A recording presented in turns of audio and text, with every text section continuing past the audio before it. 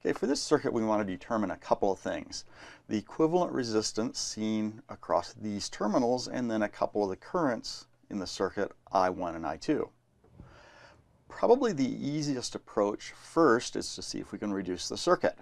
If I look at this 4 ohm and 2 ohm set of resistors, any current going through this resistor is going to come down and also go through this. They're in series, so I can add the resistances together to get an equivalent resistance, 6 ohms.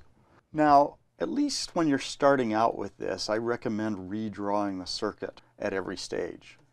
So I'm still going to have my 6-volt source. I have this 3 ohm resistance, the 6 ohm resistance, and then this equivalent 6 ohm resistance. Now at this point, all of these elements are in parallel. They all share the same 2 nodes. If I do KVL around any loop in here, I'll find that they all have the same voltage drop. So this whole section here, Req, is going to be 1 over 3 ohms plus 1 over 6 ohms plus 1 over 6 ohms, which is 6 over 4 ohms, or 3/2 of an ohm. Now I could also combine these two at a time. I could take these two, say that equivalent resistance is 6 times 6, the product of the two, over 6 plus 6, which is going to be 3 ohms. And then the combination of this 3 ohm resistor and this 3 ohm resistor is going to be 3 times 3 over 3 plus 3, which is 9 over 6, which is also 3 over 2 ohms. Either way, I get the same answer. So Req is 3 over 2 ohms.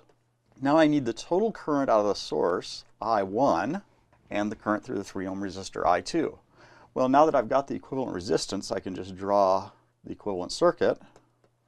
My 6-volt source. This is 3 over 2 ohms. So this would be I1. So I1 is the voltage, 6 volts, over the resistance, 3 over 2 ohms, which is 12 over 3, which is 4 amps. Now I need to find I2. If I take a look at this first reduced circuit up here, I2 is the current through this 3 ohm resistor. I can use a current divider if I want to.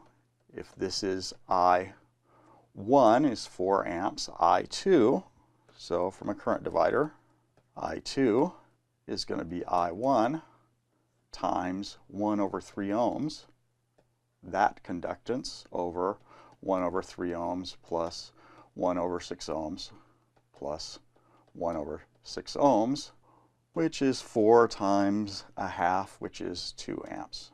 However, that's probably more work than we actually have to do.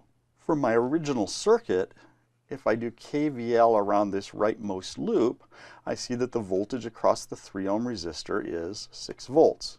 So by inspection in Ohm's law, I2 is going to be 6 volts over 3 ohms, or 2 amps.